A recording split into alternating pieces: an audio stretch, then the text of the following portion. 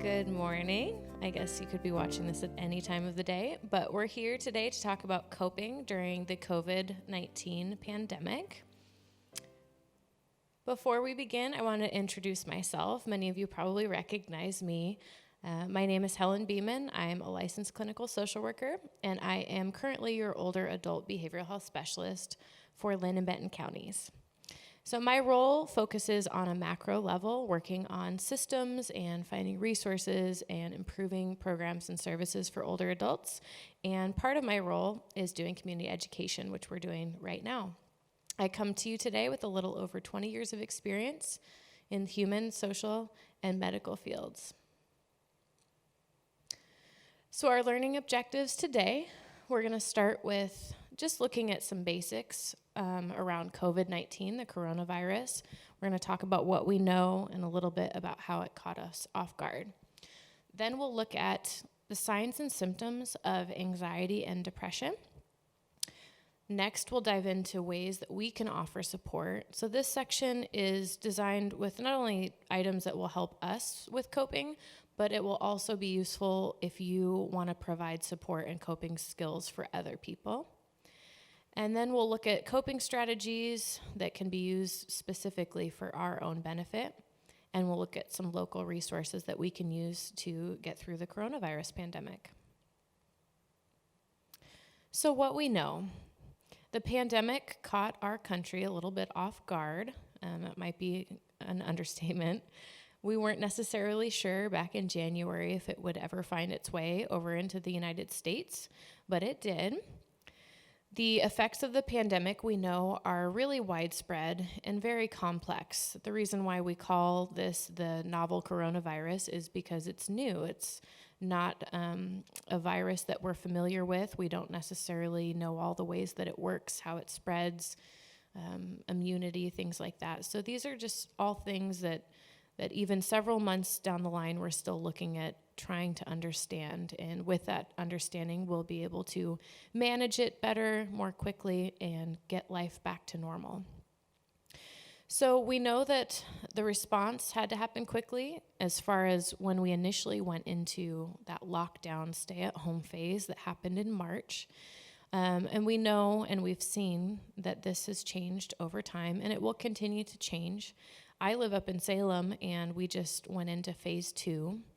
So these are referring to the different phases that they've designated across the state. So as we see different communities go into different phases, things will start reopening. We'll start having different rules and regulations depending on what you're doing and where you're at. Things like temperature checks when you walk in the door, having to wear a face mask when you're grocery shopping, or maybe some services not being open at all. We definitely don't know when things will get back to normal, and there's a potential that our normal might be different when things are managed better. So hopefully we'll have a vaccine or some form of treatment here in the next year, but it just all depends on so many factors that it's hard to say for now. And we also don't really know what our path to recovery will look like. So as a country, as a community, we're not really sure what things are going to look like as we kind of just muddle through this process. That was a big page of a lot of uncertainties, and that's why I want to next cover normal responses to a crisis. In dealing with this crisis, people have had a wide variety of responses. I know that I certainly felt, at least for the first 2 months of staying at home by myself, like I was riding an emotional roller coaster. So I'm just going to go through briefly a lot of different but normal responses to situations like this. The first one is fear. So obviously anxiety is going to come into this, especially with so many things that are unknown, things that are constantly changing. It's normal for our brains to ask things like, am I safe? Will I be okay? And that's probably one of the most normal responses to a situation like this. The next one is anger. So kind of questioning and feeling upset with maybe ourselves or maybe our country or our leaders. Why didn't they prepare for this? Why isn't our country better prepared? I know what snagged me for a while was, why haven't we started doing testing? Why haven't we gotten that on, going quicker so that we can get things opened back up quicker? So I went through this phase. It was pretty brief, but I was like, why do I feel so frustrated? And I think it's important to remember that it's easy to have all these ideas and judgments about how things are being handled when all we have to do is sit back and wait for other people to handle it. I think for the most part, everybody is doing the best that they can. And so it's important to remember in this situation that our leaders also don't really know any more than we do. And so they're just trying to make their most educated guesses. Confusion and frustration are the next responses. Thinking things like, what should I do right now? What does the future look like? What does the future look like for myself and for the people I love? So for me, I'm not necessarily part of a high vulnerable population for coronavirus. There's a high likelihood that if I contracted it, I probably wouldn't even know, or I would not become very ill with it. But thinking about older family members and older friends certainly brings a lot of worry for me and frustration. Thankfully, with my own mother, I haven't had to argue with her about staying at home and being safe and avoiding, large gatherings, even though I know she's very lonely and would like to be around her friends during this time. But for those of you who are worried about other people and may be concerned about some of the decisions they're making, it's important to try to just worry about ourselves as much as we can and make sure that we're giving people information to help them make good decisions, but ultimately that's for everyone to decide on their own. Guilt and self-blame. So thinking things like, should I have had a better plan? Could I have been better prepared for this? And then the other unique thing that has happened that I personally experienced was feeling bad about feeling bad. So thinking so many people are suffering. I have been fortunate that I've kept my job. I haven't been able to come do talks for you like I normally do, which has bummed me out. But other than that, my life has been able to go on as usual, just, wearing PJs at my house, trying to do talks over digital platforms. But there were moments when I felt really guilty because things weren't really bad for me, and I kept reading on the news that some people were losing their homes or didn't have enough food to eat, which is, more so than what we normally have happening in our country with people that don't have the resources that they need. And so I felt a lot of guilt about not being in such a bad situation. The next piece is shame and humiliation. So this is looking around or hearing from your friends or maybe seeing on social media that other people might be handling this so much better than you are. I promise you, everybody is going through this in a different way, but most of us have gone through messy phases with it. So I seem to alternate on days when I call them messy days, where I felt, either a lot of anxiety or, one other response that's on this list. And I just felt like a mess. I would call friends or family and they would be having a good day. And so in that moment, it really did feel like I was just falling apart and that everybody else was fine, which didn't feel good. But the reality is that, maybe 2 days after that phone call, I've got my second wind and I'm outside gardening and thinking, this is a nice vacation, right? I'm going to enjoy this and embrace this. And a friend or family calls and they're having their messy day that day. So just making sure that you remember, however you're feeling is normal, even if it's a messy day, and just knowing that it's not about, are we having messier days than our friends, or are we having more days like that than they are. It's just kind of acknowledging how you feel in the moment and knowing that this isn't going to be like this forever. Last but not least is sorrow and grief. So just acknowledging that the coronavirus and everything that comes with it is a lot of loss for all of us. I know that I look forward to, coming and doing talks. That's where I get most of my hugs for my month and have interactions with all of you. And unfortunately, I can't get to see my friends or family either. So losing out on all of our social contexts and all the activities that really enrich our life is a tremendous amount of loss. And with that, it's normal to experience feeling sad and definitely feeling grief over all these changes. So now we're going to start looking at anxiety specifically. If you can't see on this woman's forehead, it says, "How will tomorrow look?" Okay. And I think of anxiety as more when we're worried about future tense, things that haven't happened yet, what ifs. And when we dive into depression, I think of depression as more past tense worrying, regrets, things like that. What if I'd done things differently? I wish I could go back, kind of things. So looking at anxiety and thinking about it in that sense, kind of worrying about what hasn't happened yet.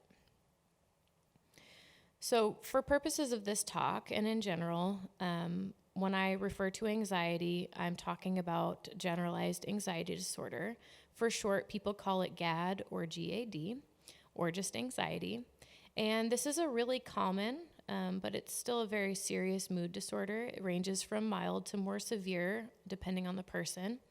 And an anxiety disorder like this really differs from normal levels of anxiety, so including feelings of nervousness or anxiousness, and it involves excessive fear or anxiety. And so this really means when our anxiety and all that comes with it serves to debilitate us in some way, whereas if we look at a normal amount of anxiety, that's something that we all need in our lives to keep us safe and healthy.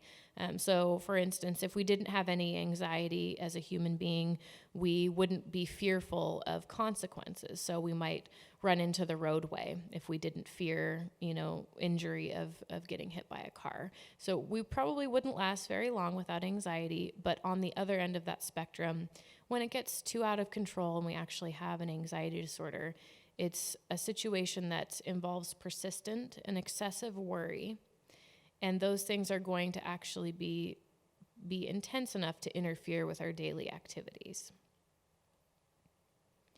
So what are the signs and symptoms of anxiety? What does it look like? What does it feel like? There are a couple slides coming up, so I think there's at least 2 or 3 of signs and symptoms. The first is excessive worry. Many people can think of these as like thought spirals or worry spirals, and it's kind of like you start worrying about one little thing that might pop into your head, and then pretty soon it leads to more and more worry, and you kind of go down this rabbit hole of worrying. For people that have experienced anxiety or have an anxiety disorder, you'll know what I mean when I talk about feelings of impending doom. But I liken this to if you've ever woken up in the morning and you're still lying in bed thinking, I shouldn't get up today. I shouldn't leave the house today. Something bad's going to happen. And you don't really know what it is. It's not anything specific. It's just kind of like a feeling in the pit of your stomach. The next one is nausea. Okay, so people can certainly have physical symptoms. We call them psychosomatic symptoms when we have physical things coming up in our bodies that are caused by something that's happening psychologically. So you'll notice a lot of these symptoms fall into that category. You'll also experience potentially heart palpitations. Okay, so being able to feel your heart flip-flopping around, maybe beating very quickly or strongly. Some people experience trembling, chest pain, or pressure. I've had a lot of people come to me over the years and say, it feels like there's an elephant sitting on my chest. I just can't get a full breath of air. And that can be a lot of different things, but it absolutely can also be anxiety or potentially when you're having a panic attack. You may experience decreased libido, muscle tension, or body aches. A lot of times with anxiety, and then you'll also see with depression, we hold tension in our bodies in specific places. For me, and I know a lot of people are like this, I hold a lot of tension up in my shoulders and my neck. So that's sometimes how I can tell when I am experiencing a lot of anxiety is when I notice I'm kind of pulling my shoulders up to my earlobes. A lot of people experience racing or intrusive thoughts. So this can be thoughts that just go round and around and around, very fast-paced. They may be reasonable or irrational in nature, but also when you just can't control them. So they might just keep popping up into your head, even though you've maybe told yourself, I'm not going to worry about that, or that's not a thing that, I really need to be concerned about. And it just keeps coming back up in your mind. Fatigue or feeling really low energy or feeling wiped out is a normal response. Sweating, okay. Some people think of this as stress sweating. Paresthesia, this is a tingling sensation. This can really be anywhere in the body, but it's usually in an extremity.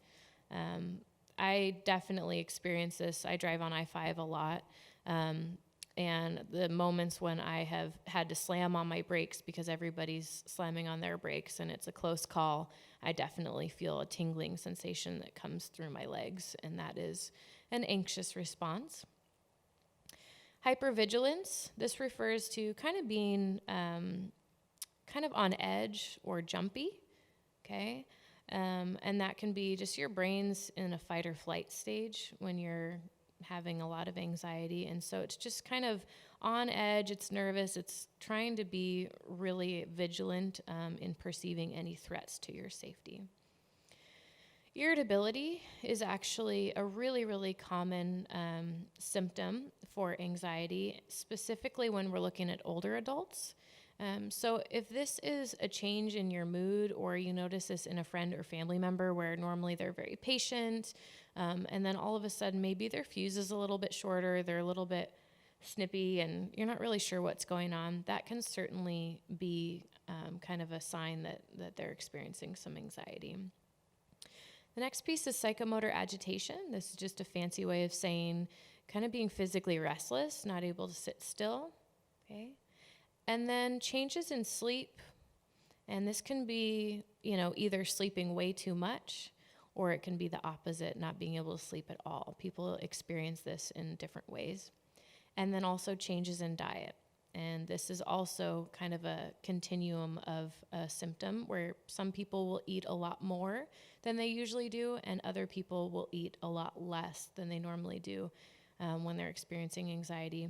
Sometimes people will also change what they're eating when they're anxious. So maybe they normally eat a really clean diet, and when they're feeling very anxious, they might make dietary choices that don't reflect what their normal foods would be. So now we're going to look in depression. So depression and anxiety, if you've ever experienced one or the other, or both, you might know how common it is that these can happen together. If you're anxious for long enough, our brain chemistry can change and we can find ourselves depressed, and vice versa. And this is, again, something that I conceptualize as kind of being situated in past thinking. Okay, so maybe regrets or thinking, about how things could have been different. Not so much worrying about the what ifs or, what might happen. So looking at depression for purposes of this talk, I'll be referring to major depressive disorder or clinical depression. We also just call it depression.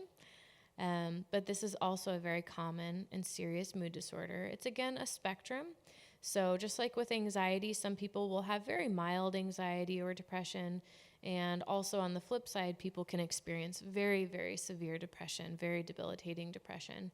And it just fluctuates for each person, and someone who has major depressive disorder as more of a lifelong disorder may experience different levels of it based on each episode. So it could be that maybe they have a mild episode of depression, and then they recover from that and have a long period of wellness, and then the next time they become depressed, they could experience a more severe version of depression. So this causes severe symptoms that affect really everything in our life, including how we feel, how we think, how we handle all of our daily activities, even basic things such as impacting our sleeping, our eating, and our social habits. To be diagnosed by a professional with depression, the symptoms have to be present for at least 2 weeks. So kind of overarching looking at depression, this is what it kind of looks and feels like. You might ask yourself, do you feel very tired, helpless, or hopeless? Have you lost interest in many of the activities or interests that you normally enjoy? Are you having any difficulty getting things done, getting good rest, eating, or other basic functioning? And have you felt this way more days than not for at least 2 weeks? If so, then you might want to talk to your doctor. So now we're going to do a symptom and signs breakdown for depression, just like we did for anxiety. You'll notice that there are many, many shared symptoms and signs. So the hallmark of depression is referred to as anhedonia, and this is just a fancy word that means loss of interest or inability to experience joy. And this is actually a really painful symptom. So thinking about, maybe for your joy, you would normally go spend time with your grandchildren. And if you were able to do that, socially distanced, of course, and you just notice that it doesn't brighten your day or doesn't improve your mood, that would be an indication that maybe something has changed for you. It can also look like things like if you normally really enjoy gardening or going for walks or, playing with a pet, and you notice that it just doesn't give you that boost anymore. That's usually an indication of anhedonia. The next pieces are just the same as with anxiety, where we can see changes in sleep and diet, both sleeping more or less. Sometimes with severe depression, people report that they'll stay in bed almost all day, 18 or more hours a day, but they're not able to get good sleep. And then with diet, it's the same as anxiety, where sometimes people will eat much less than they normally do or a lot more than they normally do, or a change in the food that they choose. And then some of what can happen is that we'll see fluctuations in weight. And it doesn't necessarily have to be directly tied to changes in diet. Our weight can also be impacted by things like stress hormones, which can sometimes be due to the fact that our sleep is not so good. So sleep does a lot of work in clearing out toxins and managing different levels of hormones and neurochemicals and things like that. And so when we think about a stress hormone called cortisol, if we don't burn that off and get that out of our bodies, then we can definitely see it impacting our weight. So that's why if you've ever been in a long-term stressful situation and maybe you don't change what you're eating at all, and all of a sudden you notice some changes in your weight, usually gaining weight, or weight that's really, really hard to burn off, sometimes that can be caused by cortisol. So fatigue, that's another familiar one, being, just kind of worn out, feeling very low energy. Difficulty concentrating, okay, that's definitely a symptom of depression. And it's important as we think about our coping in response to this pandemic and all that has changed and the things that we've lost right now. If you start wondering, have I very rapidly developed dementia? Well, probably not. Obviously you want to make sure, if you're really concerned, that you talk to your doctor about that. But if you notice the next couple symptoms, those definitely would look like dementia symptoms, okay? But when we're depressed, our brains are not working the same way. And so it's pretty normal to see memory issues, like maybe you're not able to remember someone's name or face, and you're normally really good at that, or you can't quite remember, appointments, what you were supposed to do, or maybe what clothes you wore the day before. And then certainly difficulty concentrating or staying on track. So all those telltale signs that we're always kind of on the lookout for regarding dementia, these are normal players when we're thinking about depression. If depression gets severe enough, like I said earlier, it's a spectrum disorder, so it can be mild, moderate, or very severe. Some people will experience some psychosis, generally with severe depression. And what I mean by psychosis is when someone experiences a psychotic symptom, and those can look like hallucinations. So hearing things that aren't there, seeing things that aren't there, even perceiving smells that aren't there or touch that isn't happening. Pretty much for any one of our senses, we can experience an hallucination of that type. And so it's important to know, because these are things that have a lot of stigma around them in our society. And so if you experience something like that, most of us would be really, really scared, thinking, okay, we have, schizophrenia or something. We're having a very serious breakdown. But just to know that psychosis can come along with depression. So thoughts about death is a pretty normal thing to experience if you're really depressed. And this is different from thinking about suicide. This is actually thinking about your existence, and I wonder what would happen if I didn't wake up in the morning, things like that. And then the next piece is actual suicidal ideation, which is actually common for people when they experience depression. And this is actually when we are thinking about harming ourselves or taking our own life. And that's definitely a symptom that if you experience those thoughts, just know that that's a result of your brain chemistry changing, and you definitely need to talk to either a mental health provider or a primary care doctor as soon as possible so that they can help you get that brain chemistry settled back out. So muscle tension and body aches. If you've ever been depressed, or even if you've experienced a lot of grief, many of us notice muscle tension and our bodies just feel achy. It's almost like when you have a cold or a flu bug and everything just kind of hurts all over. Decreased libido is something that can absolutely happen with depression. Disheveled appearance. And this is simply because when people are experiencing depression, they don't have a lot of extra energy for things like brushing hair, brushing teeth. Sometimes the idea of getting in the shower and washing our hair just can feel completely overwhelming. So just know that the disheveled appearance thing is because people feel so crummy when they're in this depression that they're not going to be able to worry about, what they look like and personal hygiene and things like that. And that's not the same for everybody. Just like I should mention with any of these signs and symptoms, not everyone will experience these things the same way.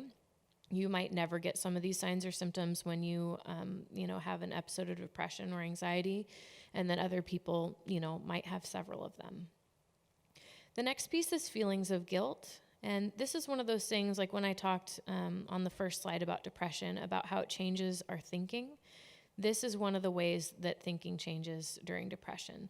So it's very common to have thoughts around guilt. And they're usually not things that we actually need to be feeling guilty about. It's just the change in our brain. Overwhelming sadness, feeling hopeless, also feeling helpless. And I think the pandemic is definitely adding to these thoughts and feelings because we don't have a lot of answers. We don't know when things are going to get better. So certainly being in a phase where you feel like things aren't going to get any better, it seems like they're never going to get better. When we're looking at just depression alone, those are really serious red flags that you need to be aware of, because it's not a good place for a human to be when they truly believe that things will never, ever feel better. Social isolation and withdrawal. Unfortunately, we don't really have much choice about social isolation now, but in normal times, when people experience depression or even anxiety, it's pretty normal that we don't have a lot of energy to spend, socializing, and even thinking about getting ready to go out and socialize could feel overwhelming. Also, when we don't feel very good or when we're sad or irritable, it definitely makes it more hard for us to go and spend time with our friends and not be grumpy. So mood swings and irritability are absolutely things that can happen with depression, anxiety.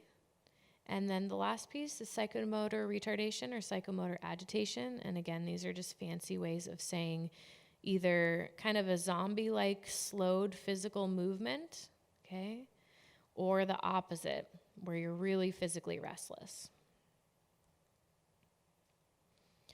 So why is it important that we talk about anxiety and depression and why we know what it looks like?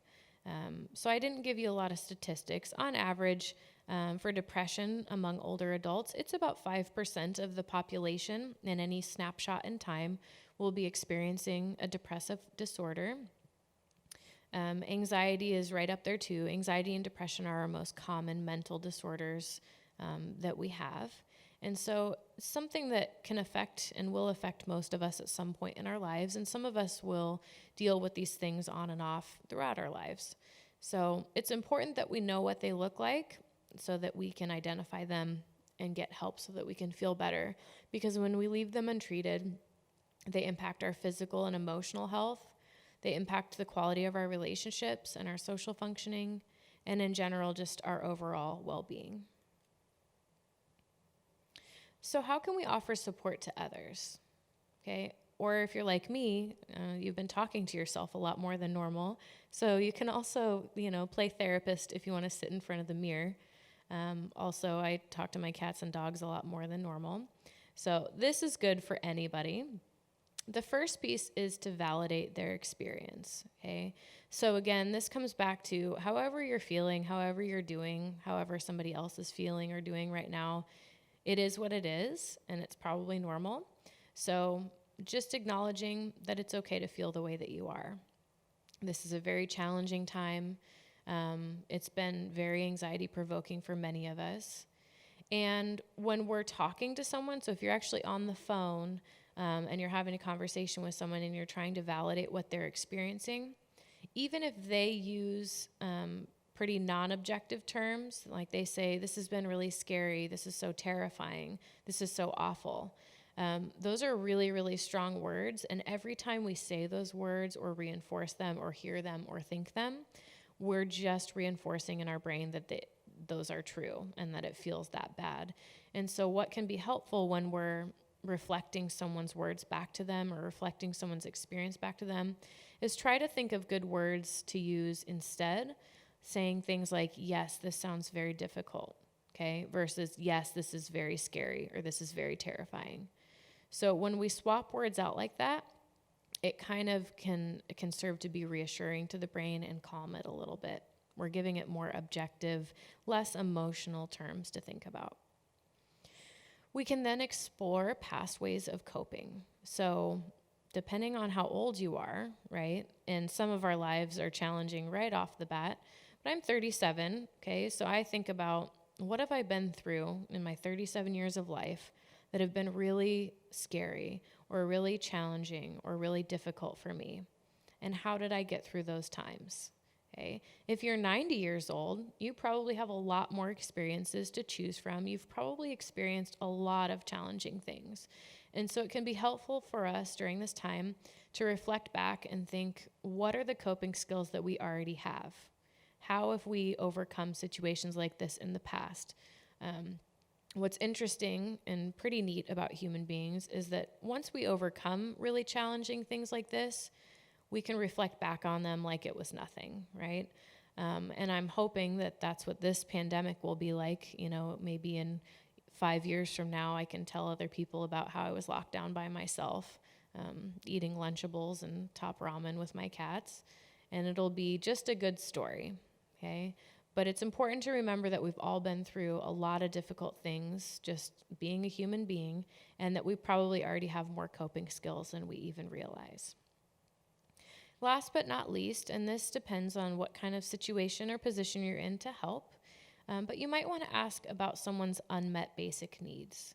So something that's happened to a lot of people, unfortunately, is that it's made food insecurity even greater, and a lot of people are not getting enough food to eat. Some people might struggle to be able to get supplies for their pets if they have pets at home. Some people are struggling with keeping a roof over their head. And even personal hygiene items might be difficult to get. And that could be that they don't have a way to the grocery store, or that could be that they're having trouble with income, things like that. And there are a lot of resources in the community right now to help specifically with the challenges of the pandemic. So if you find out that somebody you know is really struggling with an unmet basic need, then you can get a hold of Bernadette and she can connect you to me and we will figure out how we can help. So this is just a basic slide. If you've come to other talks of mine, you've probably seen it before. I've probably gone into great detail on some of these in past slides. And there are handouts that I've created to go with any of these options. So if they sound really interesting to you and you want to know more, then you can email us and let us know, and we can either mail you out a hard copy or we can email you an electronic version of the handouts. If you're internet savvy, and let's say you're stuck at home bored, then you can go on the internet and you can type in any of these phrases, and you'll probably come up with a lot of good resources online. So some of these are really, really basic. Most of these are really basic. Most of them you can do anywhere, and pretty much all of them are free. So the first one is behavioral activation, and this is a fancy way of just saying move your body. So I know that it's harder and harder, especially since we can't go to the gym, we can't go walk in our big groups of people. A lot of the activities that we normally do have at least changed, if not are suspended for the time being. But it's really important to make sure that we move our bodies during this time. So any kind of physical activity that you can do, I'm not saying that you have to go out and run or, do any hardcore physical fitness, but just moving around. I normally make a joke about, going in your pantry and finding the biggest, heaviest soup cans that you have and pumping some iron while you sit in front of the TV. Even something like that is good for you. The next one is stress reduction. So in thinking about this, we just want to always start with the low-hanging fruit and think, what's stressful in my life? What's causing me stress that I actually can control? And then you can figure out how you want to work through those things, to relieve the stress, manage the stress. And then for the more difficult part is sometimes you'll come up on those things that cause you stress maybe every single day that you don't have a lot of control over or that you can't fix right now. And you'll have to take different approaches to work with those, but sometimes we just have to decide to let those go. The next piece is called diaphragmatic breathing, and this is just meaning stress-relieving breathing. So in the bottom left-hand corner, you see a light blue box, and that is showing the directions for how to do square breathing, which is a very effective type of diaphragmatic breathing. Any diaphragmatic breathing skill is ultimately designed to take your brain out of a stress response. So kind of thinking about fight or flight. Your brain's very, very worried that something bad's happening. And when we're in that state, it feels really terrible and scary. And oftentimes we have a hard time breathing. And so when we practice diaphragmatic breathing, we learn different ways to regulate that process and get our brains out of a stress mode so that we can relax. The last one is grounding. And this really just refers to kind of getting back into the present. And this can help calm your body and your mind. So you can see the person standing barefoot in the grass on the picture there. That's an example of the most basic grounding. It's just kind of reconnecting with the earth. And you can do this with a lot of different techniques. Most of grounding techniques are very, very basic. And like I said, there's a handout for that. And the handout talks about how you can pick any object or you can just sit in a space and you use your senses to go around and describe the space. And these grounding techniques really just distract your brain from whatever it was worrying about so that it can kind of reset itself. So some of these supports, most of them are still available right now, starting to maybe reopen in different phases. So they might look a little bit different than normal. But if you live in Linn County, then you can talk to Linn County Mental Health. They always have a crisis worker available that you can call and talk to. If you live in Benton County, obviously there's mental health for Benton County. There is community mental health available in every community in Oregon. So if you need help, you can look on the internet or you can get a hold of one of us. If you live in Linn, Benton, or Lincoln counties, you have Samaritan Mental Health and Samaritan Behavioral Health available to you. I always have people start by asking their primary care doctor, do you have a mental or behavioral health professional that is in-house that you could see? Otherwise, they can help make a referral if you'd like to talk to somebody. If you want to go through private practice, most of this stuff is based on what type of insurance coverage you have. So that can make things a little bit tricky, and I'm certainly happy to help you navigate that. But if you want to find a provider who's in private practice, you can do that.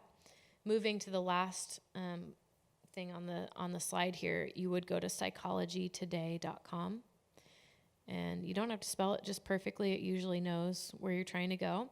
And then once you click on that website, it'll ask you to type in a zip code based on if you want to find a provider. And then you can go through and change all the different search parameters to find exactly who and what you're looking for.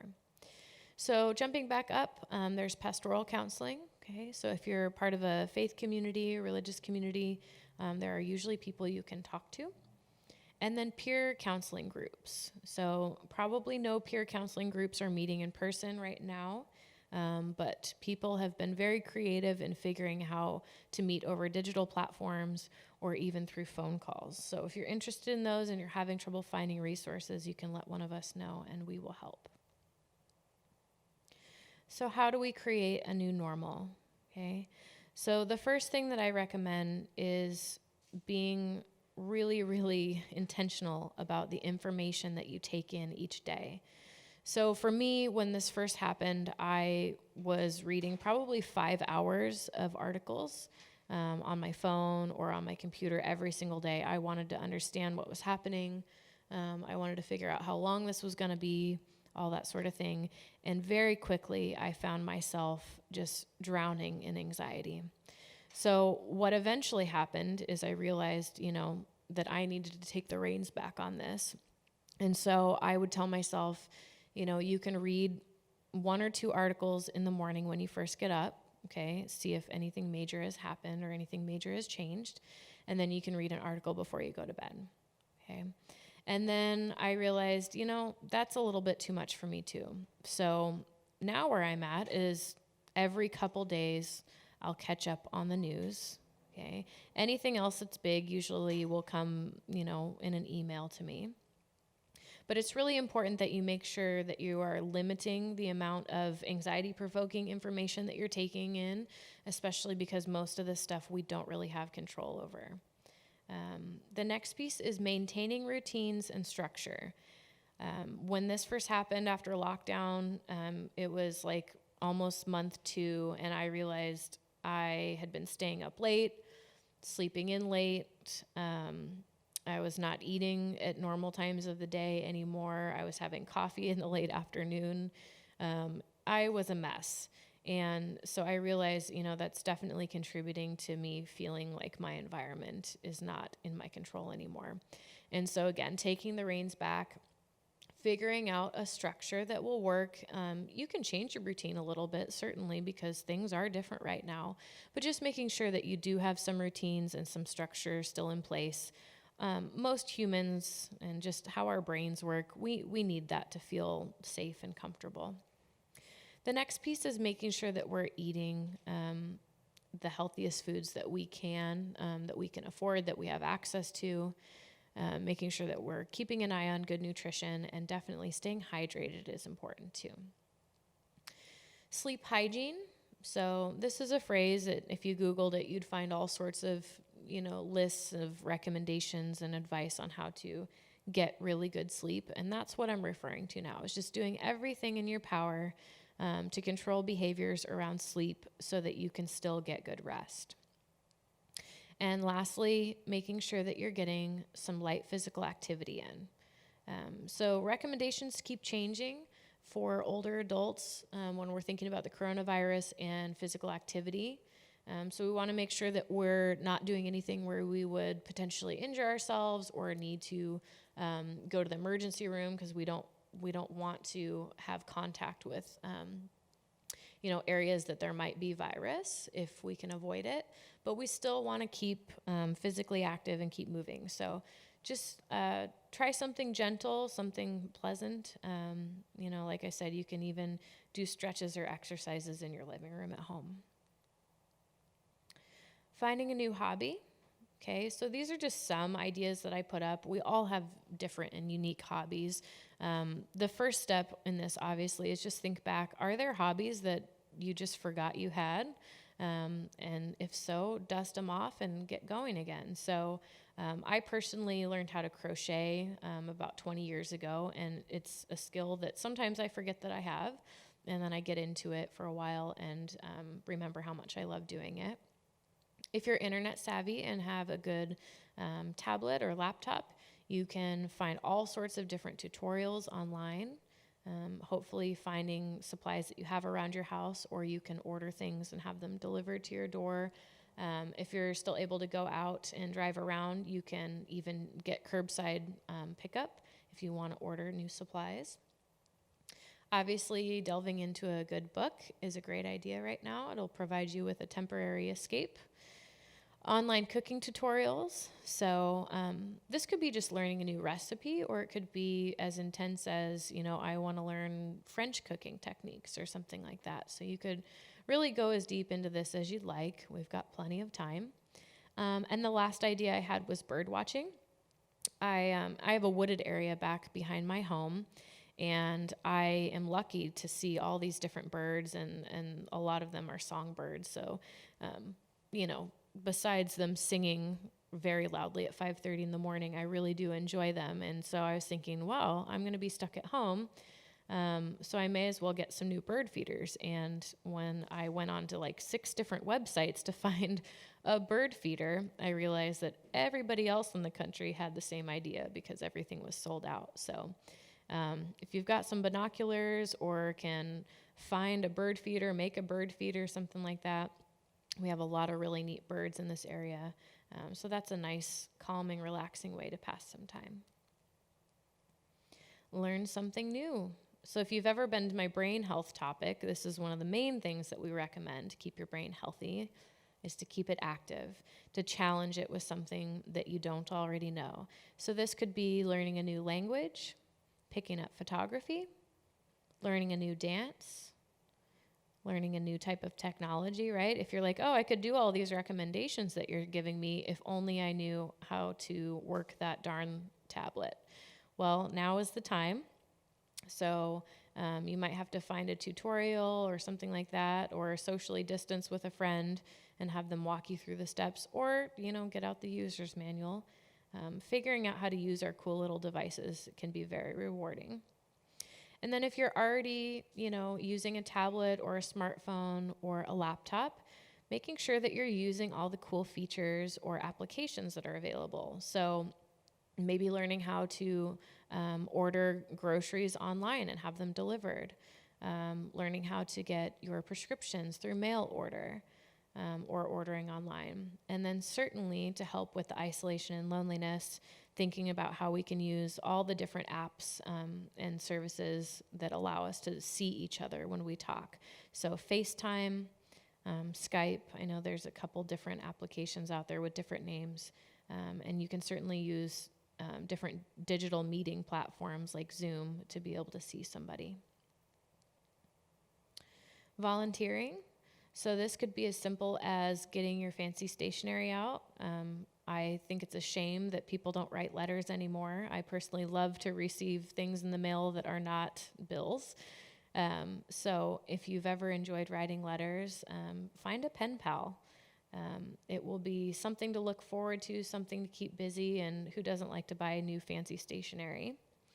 You can also do it the eco-friendly way and get on your laptop and write an email.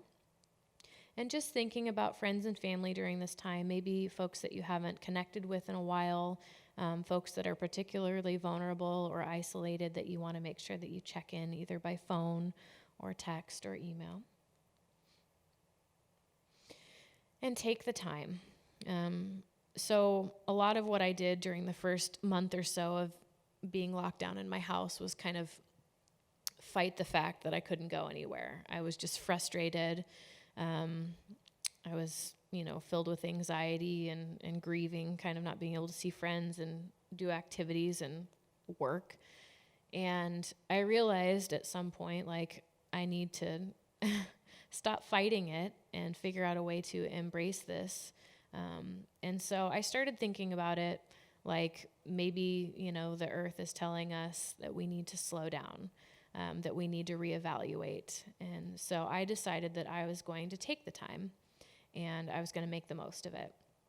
And so however you make peace with the situation that's happening, or decide to conceptualize it, different things will work for each one of us. But that's what worked for me. And so I keep reminding myself, as I get frustrated again or amped up again, to just slow down, to get some rest, to relax. And this is certainly a good time to reevaluate current goals in our lives, current values. Are we where we want to be? Are we working towards and focusing on the things that we think are the most important? Or have things changed? Do we need to figure out a different trajectory? And in doing so, you might want to create some future goals for yourself. And some of them you might be able to put into practice right away. If you're thinking, I want to go out and meet my friends for coffee once every week. Well, that'll have to wait, obviously, for when this is over or we have a vaccine or some form of treatment. But as you build new goals, it will hopefully give you something to look forward to. A great resource if you're feeling disconnected and lonely is the Friendship Line. This is a California-based resource, but we are able to utilize it. It's a 1-800 number, so if you're using a landline, it is toll-free. If you're using a cell phone, just make sure how it will impact your cell phone plan. If you have a certain number of minutes, you want to make sure that you're aware of whether it will use those or not.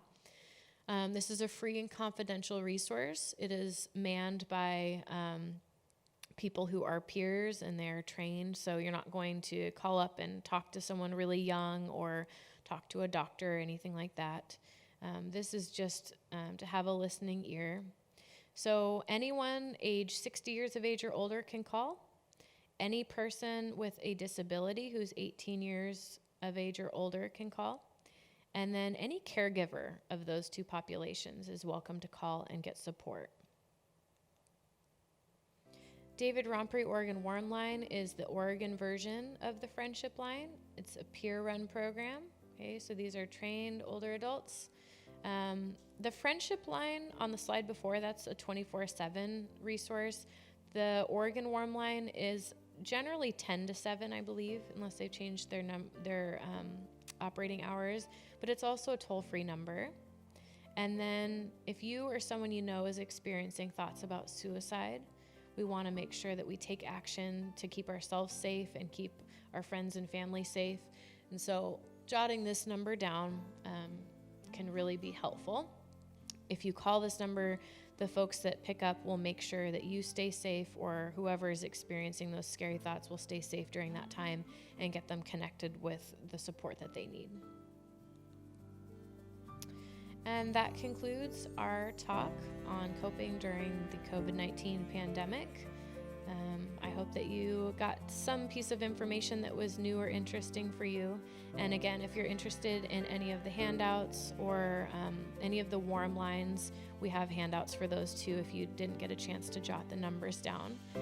If you have any questions or anything like that, you can email Bernadette and she can get a hold of me if necessary. But just another reminder, make sure that you show grace with yourself, take care of yourself, and try to make the most of this time. Thank you.